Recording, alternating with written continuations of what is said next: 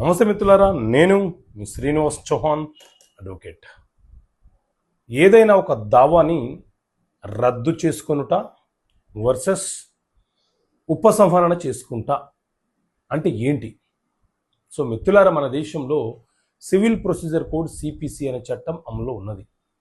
ఈ సిపిసి అనే చట్టం సివిల్ వివాదాల పరిష్కారం కోసం న్యాయస్థానం ఎలా విచారణ చేయాలో చెప్పే చట్టమే ఈ సిపిసి అనే చట్టం.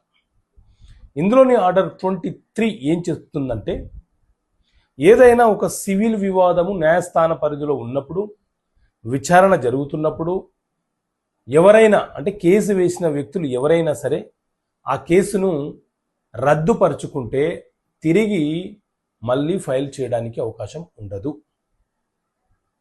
అక్కడితో అది ముగిసిపోతుంది.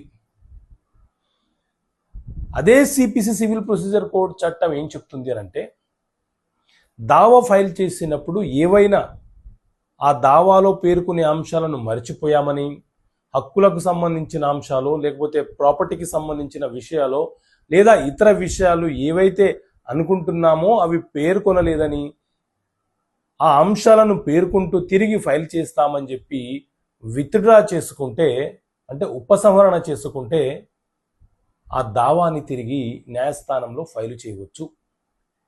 సో రద్దుపరుచుకున్నటువంటి దావాలను తిరిగి ఫైల్ చేయడానికి అవకాశం ఉండదు.